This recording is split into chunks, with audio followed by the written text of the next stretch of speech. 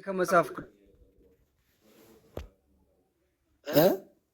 ቅዱስ ነው። መጽሐፍ ቅዱስ ህይወት ነው። ከመጽሐፍ ቅዱስ ነው ያነበብኩት። ሰማንያዱ ላይ አለው። ለምሳሌ ሰማንያዱ ላይ ነው።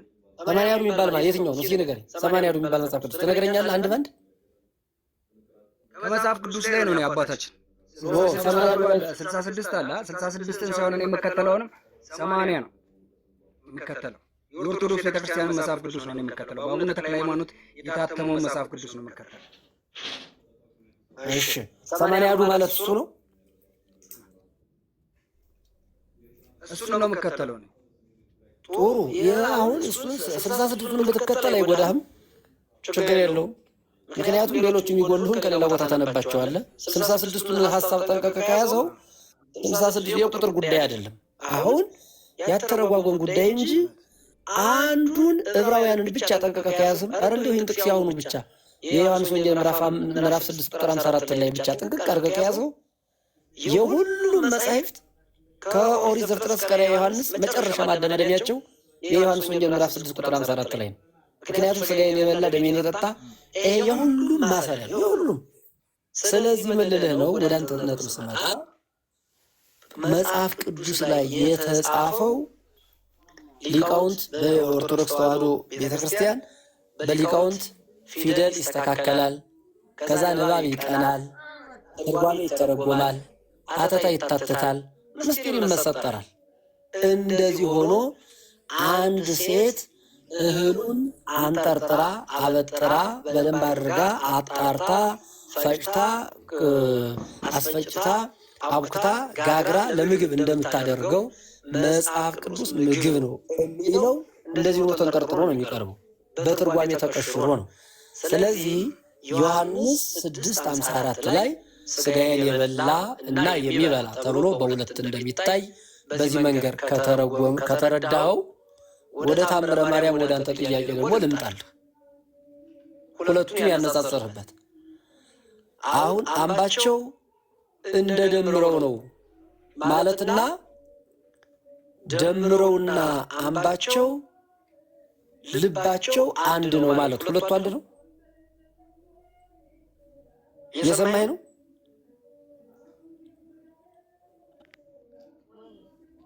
በቃ እሺ።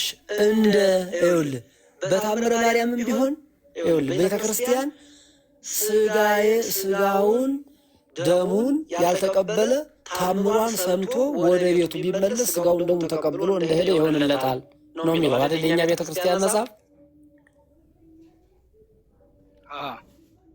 እንደ ማለት በነገራችን ላይ ንጽጽር እንጂ ነው ማለት አይደለም። ቤተ ክርስቲያንን ጥንቅቅ አድርጋ ነው ይሄን የምታስተምር። ምን ማለት ነው? ለምሳሌ አንተ ሥጋውን ደሙን ለመቀበል አስበህ ወደ ቤተ ክርስቲያን ስትመጣ መንገድ ላይ እንቅፋት መጣ። ቀለል ባለ ምሳሌ ላስረዳህ ብዬ ነው። መንገድ ላይ እንቅፋት መጣህና እግርህ ደማ። ከዛ በኋላ እግርህ ደምቶ ሥጋውን ደሙን መቀበል አትችልም አይደል? እየሰማኸኝ ነው? ድምፅህን የምፈልገው እየሰማኸኝ መሆኑን ለማረጋገጥ ነው። ገፋፋት ኔትወርክ እንትን እያለኝ ነው፣ እየሰማሁት። በቃ ከዛ እግርህ ደማ። መሀል ላይ ሥጋው ደሙን ልትቀበል ነጭ ለብሰህ መጥተህ ነበረ፣ አልተሳካም። ውጭ ላይ ቆመህ ጌታዬ ሆይ ሥጋህን ደምህን ልቀበል መጥቼ ነበረ፣ እንዲህ አይነት ፈተና ገጠመኝ ቢያንስ ብለህ ታምሯን ሰምተህ ትሄዳለህ። የልብህን መሻት እግዚአብሔር ይቀበልልሃል። ታምሯን ሰምተህ ስትሄድ የልብህን መሻት እግዚአብሔር ይቀበልልሃል ማለት እንጂ በዕለቱ ሥጋውን ደሙን እንደተቀበል፣ ለምሳሌ ሥጋውን ደሙን የተቀበለ የቆረበ ሰው ራቁቱን አይሆንም፣ ወይም ደግሞ አይታጠብም፣ ምራቅ አይተፋም፣ ጠግቦ አብዝቶ አይበላም፣ እንደዚህ የሚያደክም ስራ አይሰራም። ይሄ በሥርዓተ ቤተክርስቲያን የተቀመጠ ነው። አንድ የቆረበ ሰው እንዳያደርጋቸው የሚከለከል ነው። እነዚህን ሁሉ ጥንቃቄ ታደርጋለህ ማለት አይደለም። እንደ ማለት ምን ማለት ነው?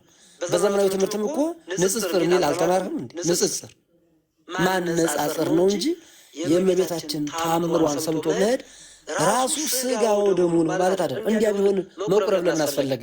እንዲያ ቢሆን ታምሯን ሰምቶ ታምሯን ብቻ ሰምቶ ካህናት ሥጋውን ደሙ መፈተት ለምን አስፈለጋቸው? ስለዚህ ፍላጎት ኖሮ መጠ መንገድ ላይ እንቅፋት ቢያገኝህ ነገሮች ሳይመቻቹ ለቀርቶ ሳትቀበል ብትሄድ በረከት ታገኛላችሁ ማለት እንጂ የክርስቶስ ሥጋና ደም ነው ማለት ነው ብላ ኦርቶዶክስ አታስተምር። ለዚህ ነው ሳይገባችሁ ቶሎ ብላችሁ ዳር ነገር ይዛችሁ ትኮበለላላችሁ። ከዛ ኦርቶዶክስ እንዲህ ነው የምታስተምረው ብላችሁ ያላስፈላጊ ቦታ የምትገቡ ከዚህ የተነሳ ነው። ግልጽ ሆኖልሃል? በጣም ብዙ ሀተታ ብዙ ትርጉም አለው። እኔ ትንሿን ለአንተ በምትገባ እኔ እርስዎ ጋር ሁላ እመጣለሁ በደስታ እውነት እመጣለሁ። ግን በአዲስ ኪዳን አሁን ቅድም ሲወያዩ ነበር እነደምረው ማለት ነው። በአዲስ ኪዳን ታቦት ስለሚል ቃል በዚህ አመን አላመንም ገባ። በደንብ እናወራለን ስለዚህ ጉዳይ። እኔ ብዙም እንትን አይደለም። አሁን ያልኩህ አልገባህም? ገብቶኛል መግባት እና ግን የእናታችን የእመቤታችን ታምር ከክርስቶስ ደም ጋር እንቅፋት ስለሚመታው ምናምን የሚባለው ነገር ልክ ሆኖ አይታየኝም። አባታችን ወጣኝ እንደሱ የሚል ወጣኝ እንቅፋት ስለሚመታው የሚል ወጣኝ ብሎ እንቅፋት ስለሚመታው ነው ታምሯን ስጋውን ደግሞ መብላት ካልቻለ ድንገት እንቅፋት መጥቶ ለምሳሌ እንቅፋት መጥቶት ብለዋል። እሺ ሊቆር ሲመጣ በቃ ከዚያ እንደ ማለት ንጽጽር እንጂ ነው ማለት አይደለም። እንደ ምንድን ነው ሙያዋ? ይህን አታውቅም ወይ ያልኩህ? አንተን እኮ ከደምረው ጋር መስዬ ነገርኩህ አይደል እንዴ? አምባቸው እንደደምረው ነው፣ ጸባዩ እንደደምረው ነው። ለምሳሌ ቅድም አንተ ቸኮል ይላል አልኩህ አይደለ?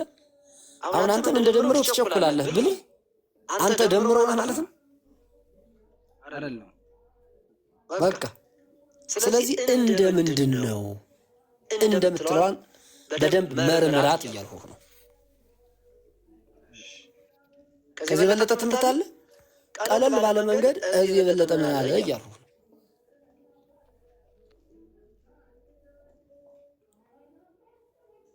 ግልጽ ነው። ደስ ብሎኛል። ግን ኧረ ተው ግን ምን አመጣው? ትክክል አይደለም አባታችን። ትክክለኛው መልስ በእውነት ሲነግሮት እኔ ንጹህ የምሬን ነው የምልዎት።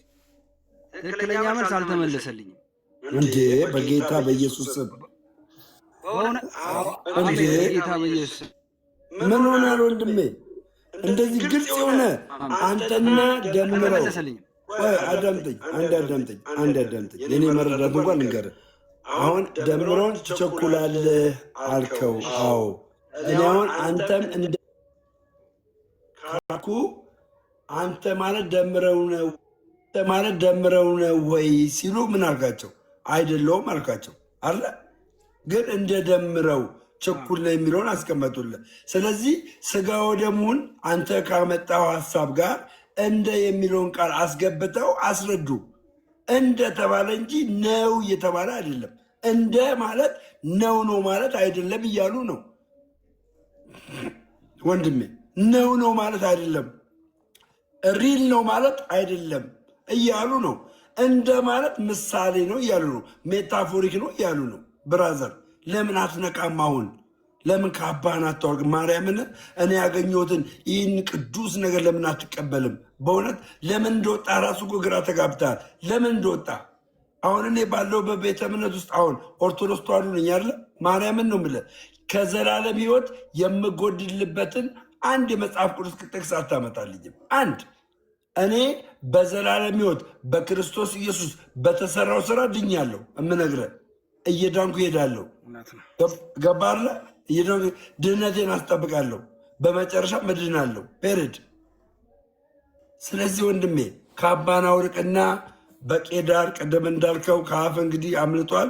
በቄዳር ተመለስና ቆንጆ መምህር ነው ያገኘው። ፎሎ አድርጋቸው፣ በውስጥ ስልካቸውን ተቀበል። በደንብ አድርገው ያስተምሩ። ግድ የለም ማይንድን አስተካከል።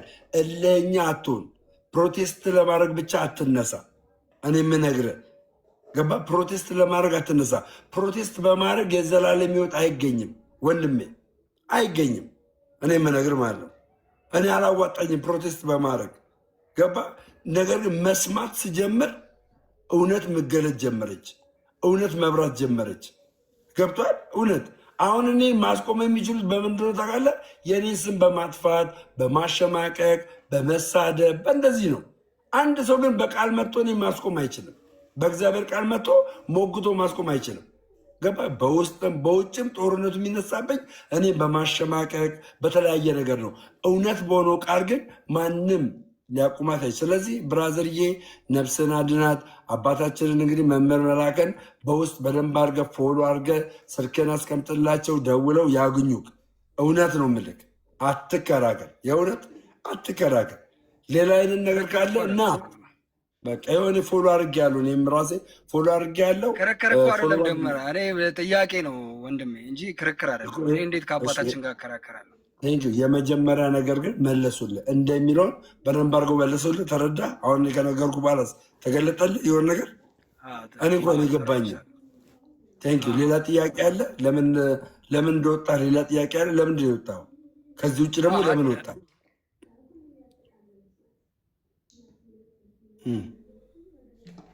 ለምን ወጣ? ይኸው ንገራቸውና ከዛ ያስረዱ። ለምን ወጣ? ከዚህ ውጭ ደግሞ ለምን ወጣ? ምንድን ነው ያስወጣ? ምንድን ነው ያስወጣ? ከዚህ ውጭ ደግሞ ሌላ አሁን ቅድም አንተ ስታወራው ልብ ብዬ እየሰማው ነበር። ሚዩት አድርጌው እየሰማውህ ነበር። አንተን ራሱ ማለት ነው። ስለ ታቦት እያወራክ ነበር፣ ስለ መስዋዕት ገብቷል። አሁን የአዲስ ኪዳን ታቦት ማን ነው? ጌታችንና መድኃኒታችን ኢየሱስ ክርስቶስ። እሳቸው እያሉ እኔ አልመልስልም። ይኸው እሳቸው በደንብ አድርገው ያብራሩልሃል። በደንብ አድርገው የአዲስ ኪዳን ታቦት ክርስቶስ ነው። ገብቷል።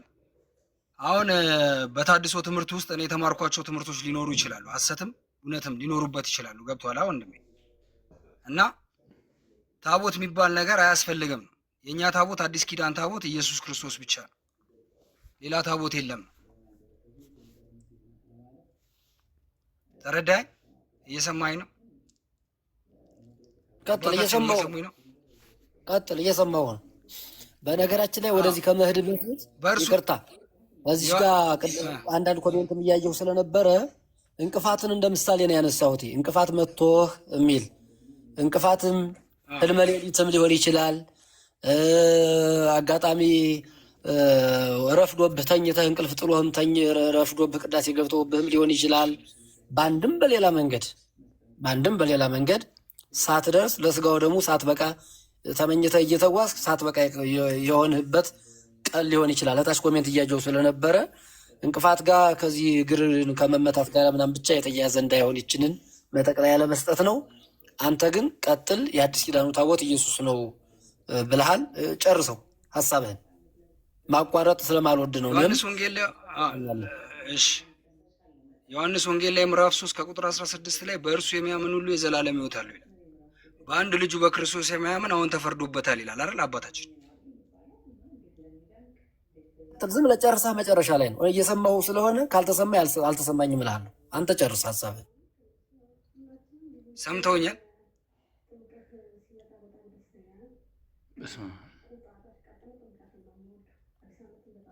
ይኸውልህ ወንድማችን ማነህ አምባቸው እሳቸው ጠለቅ ባለ እውቀት ይነግረዋል። አንተ ስለ መሰዊያም ቢሆን ቅድም ነግረዋል፣ ቅድም ተናግረዋል። ዩቱብ ላይም ታገኘዋለህ። ዩቱብ ላይ እንደውም በቃ ይህንን ጥያቄ እንደውም አለው ዩቱብ ላይ የአዲስ ኪዳን መሰዊያ ምን እንደሆነ፣ ለምን መሰዊያ እንደተባለ፣ ለምን ታቦት እንደተባለ ዩቱብ ላይ ታገኘዋለህ። በደንብ አድርገህ አዳምጠው። የቅድሙ ትምህርት እኛን እጅግ አድርጎ የገዛ ትምህርት ነው። እጅግ አድርጎ የገዛ ትምህርት ገባ። ስለዚህ አሁን መጠይቀው ጥያቄ እሳቸው ማርከም ነው የሚሆነው። ዩቱብ ላይ ታገኘዋለህ። ዩቱብ ላይ ታገኘዋለህ። መልሱን ታገኛለህ። ገባ አይደለ? መልሱን ታገኛለህ። ሌላ ጥያቄ ካለ ሌላ ጥያቄ ጠይቀህ። እሳቸውን ሳይሆን አንተን አንድ ጥያቄ ልጠይቀህ ነው ወንድሜ። አንተን ልጠይቅህ። ቆይ መምህር እያሉ እኔም መጠየቅ አልችልም። ጨርስ። ይኸውልህ እንግዲያውስ አንተ የተመለስክበትን ምክንያት ልወቀውና እኔ መመለስ ፈልጋለሁ። ቆይ አንዴ እንደሱ አይደለም። እኔ መጀመሪያ እኮ ባለቤቱን ደምረውንም ቆይ እናንተም ሌሎቻችሁም ዝም በሉ ብዬ በሰው ቤት ገብቼ አዛዥ ሁኜ ለአንተ የመጀመሪያ እድል እንዲሰጥ አንተ እንድትናገር የተደረገ ቄድር ምትል ስለጠራህ ነው። አሁን አንተን እንዴት ልጠይቅህ? ደምረው የተመለሰበት ምክንያት ፕሮቴስታንት ነበርሁኝ፣ ነገሮቹ ትክክል እንዳልሆኑ ገባይ፣ ተማርሁኝ፣ ወጣሁ፣ ተመልሼ ኦርቶዶክስ ልጅ ሆንሁኝ አለ። በቃ ባጭሩ ሲጠቀለል ይሄ ነው የእሱ ነጥብ፣ የተለየ ነገር የለውም። ስለዚህ አንተ አሁን ለምሳሌ የአዲስ ኪዳን ታቦት ኢየሱስ ነው አልህ። ይህም ብቻ ልምጣልህ ብዬ ነው። በነገራችን ላይ ኢየሱስ ማለት ማን ነው? እስኪ ንገረኝ። በመጀመሪያም ቃል ነበር ይላል። ቃልም በእግዚአብሔር ኢየሱስ ምንድን ነው ነው? ኢየሱስ ምን ማን ነው ነው ያልኩህ? ወልድ የእግዚአብሔር ልጅ የአብ ልጅ። በቃ አብን ያየ እኔን ያየ ነው ይላል መጽሐፍ ቅዱስ። ጥቅስ አልፈለጉም። እኔ ለአንዷን ነው። እስኪ ማስረጃ ስጠኝ ስለ ደግሞ ትቀጥላለህ። ግድ የለህም። እኔ ሁለት ጥቅስ ብትነግረኝ ለጉራ ወይም የሆነ ነገር ራሴ እንትን ለማለት አይደለም። እጥፍ አድርጌ 15 ጥቅስ እነግርሃለሁ። እሱ አይደለም አሁን ለጠየቁ ኢየሱስ ማለት የአዲስ ኪዳኑ ታቦታችን ኢየሱስ ነው ስላልክ ነው። ኢየሱስ ማለት ወልድ ነው አይደል? መልሰህልኛል። አመሰግናለሁ። ትክክል ነህ። በብሉይ ኪዳን ታቦት ላይ የሚጻፈው በብሉይ ኪዳን ጽላት ላይ የሚጻፈው የማን ስም ነው የነበር? በብሉይ ኪዳን አብ ነው፣ እግዚአብሔር አብ። እሺ የእግዚአብሔር ወልድስ አይጻፍም ነበር?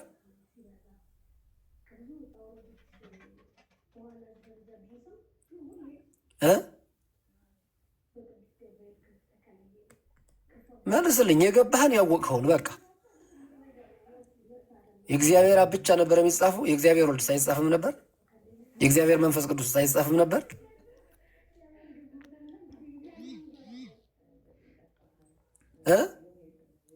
መጠይቀህ ኔትወርክ እየሆነ ነው እያቆራረጠብኝ ነው እንጂ ነው አይደለሁም። እግዚአብሔር አብ በብሉይ ኪዳን ብቻ የእግዚአብሔር አብ የእግዚአብሔር አብ ብቻ የእግዚአብሔር ወልድ እግዚአብሔር መንፈስ ቅዱስ የእነሱ ስም አይጻፍም ነበር ብሉይ ኪዳን ታቦት ላይ ጽላት ላይ? በብሉይ ኪዳን ዘመን እኮ አንድ ጽላት ነበር አይደል? እንደ አባታችን ሌላ ጽላት ታቦት አለ እንዴ? በብሉይ ኪዳን በአዲስ ኪዳን ስንት ታቦት ነበረ በብሉይ ኪዳን ዘመን? እኔ እኮ አሁን የጠየቅሁህን ብቻ መልስልኝ። እኔ እኮ ለምትጠይቀኝ መልስ ነው የምሰጠው እኮ። እያወዛገቡኝ እኮ ነው ጥያቄውን እንጂ በቀጥታ እየጠየቁኝ አይደለም። የኔ ጥያቄ ኢየሱስ ምንድን ነው ስልህ ወልድ ነው አልህ። ተባረክ፣ ትክክል ነህ አልሁኝ። ከዛስ በብሉይ ኪዳን የማን ስም ነበረ የሚጻፍ ጽላችሁ ላይ አልሁህ? የአብ አልሁኝ። የአብ ብቻ ነው የሚጻፍ የወልድና የመንፈስ ቅዱስም አይጻፍም ነበረ? ይጻፍ ነበረ ወይ ነው? ወይ አዎ ይጻፋል፣ ወይ የአብ ብቻ ነው እንጂ ሌሎቹ አይጻፍም ብለህ መልስልኝ ነው ያልኩህ። ከዛ ሌላ አስረዳ። የአብ ብቻ ነው የሚጻፈው፣ የአብ ነው። በጣም ጥሩ። አንተ ዲያቆን ነበርህ። ዲያቆን ሆነህ ስትቀድስ እንግዲህ ቢያንስ ይሄንን እሺ አልፋ ማለት አልፋና ኦሜጋ። እሺ አልፋና ኦሜጋ ማን ይላል? አልፋና ኦሜጋ እኔ ነኝ ይላል አይደል? የዮሐንስ ራእይ። ዮሐንስ ራእይ አዲስ ኪዳን። እሺ ጥሩ፣ በጣም ጥሩ። ስለዚህ አልፋና ኦሜጋ በብሉይ ኪዳን የሚጻፍ ከነበረ በአዲስ ኪዳን የተጠቀሰው አልፋና ኦሜጋ እኔ ነኝ ብሎ የተናገረ ኢየሱስ ነው አይደል? አይደል? ስለዚህ በጣም ጥሩ። ኢየሱስ አልፋና ኦሜጋ እኔ ነኝ ብሎ ከተናገረ በብሉይ ኪዳን አብ ብቻ ነው ካልህ፣ አልፋ ኦሜጋ፣ አልፋ የሚለው ደግሞ ጽላት ላይ ከሚጻፉት አንዱ ይሄ ነው ካልነ የአብ ብቻ ስም እንዴት ሊጻፍ ቻለ እያልሁ ነው። እሺ እኔም ደግሞ አንድ ጥያቄ ልጠይቁት። መልስ። ከዛ ትጠይቀኛለህ እኮ መልስልዎታለሁ። በዛ ጊዜ በአዲስ ኪዳን ጊዜ አንድ ታቦት ነበር እንጂ አልፋና ኦሜጋ ተብሎ ይጻፍ ነበር እንዴ? በብሉይ ኪዳን ዘመን ታቦት ላይ ኧረ ተው ዲያቆን ነኝ አንተ። ዲያቆን ነኝ ብለህ የትኛውም ቄስ እኔ እንደዚህ ብሎ አላስተማረኝም። እና ያላስተማርህ እንደሆነ ያስተምራ እኔ አስተምርሃለሁ። ጆሮ አልተጻፈማ ነው ግን ይችላሉ። ደስ ይለኛል። እርስዎ ጋር መጥቼ ጆሮ ይዞ ቢያስተምሩ እግሮት ላይ ወድቄ ደስ እያለኝ ነው መማረው። ትህትና ደስ ይላል። ግን ልንገርህ፣ ለማንኛውም ስህተትህን አርም። የመጀመሪያ በብሉይ ኪዳን የሚጻፍ የአብ የወልድ የመንፈስ ቅዱስ ስም እንጂ የአብ ብቻ አይደለም። ለምን? ለምሳሌ ኤልሻዳይ ማለት ሁሉን ቻይ ማለት ነው አይደለ? ሁሉን የሚችል እውነት ነው። አብ ሁሉን ቻይ አምላክ ነው አይደለም? ነው፣ እውነት ነው። ሁሉን ቻይ አምላክ ነው። ወልድ ሁሉን ቻይ አምላክ ነው አይደለም? ነው። መንፈስ ቅዱስ ሁሉን ቻይ አምላክ ነው አይደለም? ነው። መንፈስ ቅዱስም አብም እኮ አንድ ናቸው። አባ እኮ እኔስ ምን አልኩኝ ታዲያ? ስለዚህ በብሉይ ኪዳን የሚጻፈው የአብ ብቻ ስም ነው የሚለው ከክህደት በላይ ዳብል ክህደት ነው እያሉ ያለሁት። ለምን ካልኸኝ አልፋ ማለት የአብም የወልድም የመንፈስ ቅዱስም መጠሪያ ስም ነው። እግዚአብሔር የሚለው የአብም የወልድም የመንፈስ ቅዱስም የጋራ መጠሪያ ስም ነው። አንድ ዲያቆን ነኝ ብሎ ዲያቆን ነበሩ ብሎ አንተን ለማሸማቀቅ ምን ለማለት አይደለም፣ እግዚአብሔር በሚያውቀው ችግር የለውም። ስለዚህ አዎ በብሉይ ኪዳን ጽላቱ ላይ የሚጻፈው የሶስቱንም ስም የሚገልጽ አንድ አምላክ አብ ወልድ መንፈስ ቅዱስ አንድ አምላክ እንላለን አይደል እንዴ? አምላክ ካልነ አብ ወልድ መንፈስ ቅዱስ ማለታችን ነው። ስለዚህ የአብ ብቻ ካልህ ወልድና መንፈስ ቅዱስን አስቀየምህ ነው። አብ ራሱ ይሄንን አይወድም። እሱም ብቻ በማስቀመጥህ ይሄ ትክክል አይደለም፣ ይሄንን እመን። በብሉይ ኪዳን የሚጻፈው ኢየሱስ ተብሎ በአዲስ ኪዳን ስጋ ለብሶ የተገለጠው የእመቤታችን የቅድስት ድንግል ማርያም ልጅ ቅድመ ዓለም ያለ አባት ያለ እናት ከአብ የተወለደ ድህረ ዓለም ከእመቤታችን ያለ አባት የተወለደ መድኃኒዓለም ኢየሱስ ክርስቶስ የአባቱም የእርሱም የመንፈስ ቅዱስም ስም የአንድነት መጠሪያ ስማቸው ነው። ብሉይ ኪዳን ጽላት ላይ የሚጻፍ የነበረው ግልጽ ነው። ይሄ እውነት ነው። ይሄን ካመንህ ወደ አዲስ ኪዳን ስመጣ በብሉይ ኪዳን የነበረው ኢየሱስ አሁን የአዲስ ኪዳን ታቦታችን ኢየሱስ ነው ስላልህ ነው። አዎ በብሉይ ኪዳን የነበረውም ኢየሱስ የሚለው በአዲስ ኪዳን የተሰጠው ስም ሆነ እንጂ የአብ የወልድ የመንፈስ ቅዱስ ስም በብሉይ ኪዳን ነበረ። አሁንም በአዲስ ኪዳን ላይ ያለው ጽላትም አልተለወጠም፣ ያው የራሳቸው ስም ነው እያልሁ ነው። ምን መልሳለህ ለዚህ? በመጀመሪያም ቃል ነበር ይላል አይደል አባታችን ዮሐንስ። ቃልም በእግዚአብሔር ዘንድ ነበር ይላል። ራሱ ቃል እግዚአብሔር ነበር ይላል አይደል? ምን ያገናኘዋል አሁን ከዚህ ከጽላት ጋር? ይሄ ለነግሮ እኮ ላመጣሉት ነው፣ ላመጣሉት እኮ ነው። አይ ዮሐንስ ስለ ጽላት የሚያወራው ነገር የለም። ስለ ጽላት አይደለም የሚያወራው፣ ስለ ክርስቶስ ላወራሉት ነው። ስለ ክርስቶስ ላወራሉት ነው። እሺ እኛን ለማዳን ሲል ነው አይደል ጌታችንና መድኃኒታችን ኢየሱስ ክርስቶስ ወደዚህች ዓለም የመጣው ሰው የሆነው በእናታችን በድንግል ማርያም ተወልዶ መከራን የተቀበለው አይደል?